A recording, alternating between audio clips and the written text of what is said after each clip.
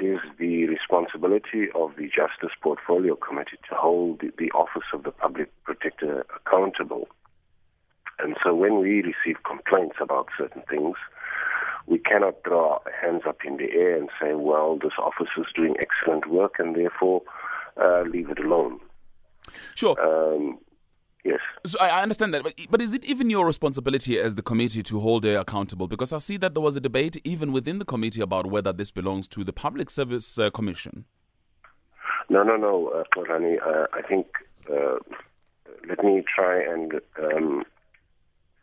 convey to you what transpired in the committee yesterday. Mm-hmm.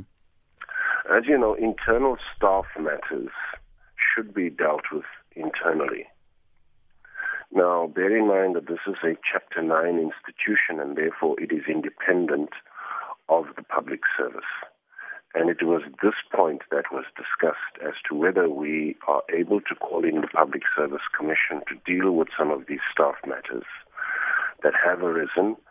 Staff have made certain complaints to the Public Protector, and they allege that nothing transpires, that she simply hands them over to the CEO, who it is alleged is part of the problem.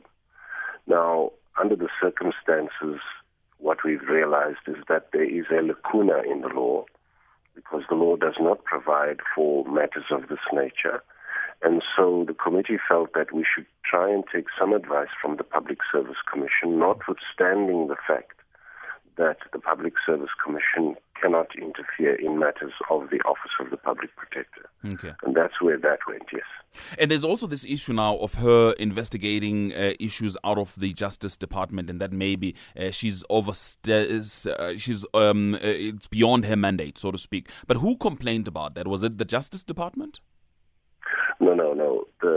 The background to that matter was that in her normal engagement with us, which takes place annually during the budget, it was reported to us by her office that the department with the most complaints made to the Office of the Public Protector is the Department of Justice. Mm-hmm. Now, of course, the Justice Portfolio Committee is responsible for oversight of the Department of Justice, and naturally, members of the committee set up and said, well, please, you need to provide us with further details of these complaints and cases that you've investigated, because we want to take them up with the Director General and the officials in the department. Yeah.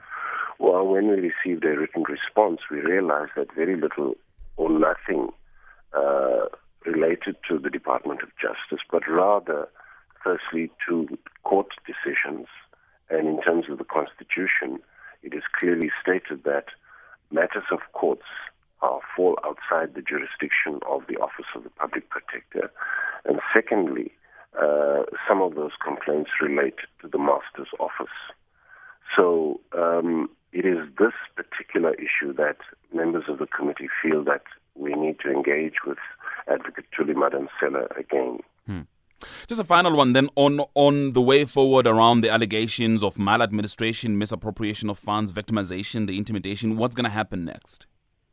Well, as we said yesterday in the committee meeting, we would need to ask Advocate Madonsela and her officials to appear before us, and so that we can engage with them on these issues, amongst others.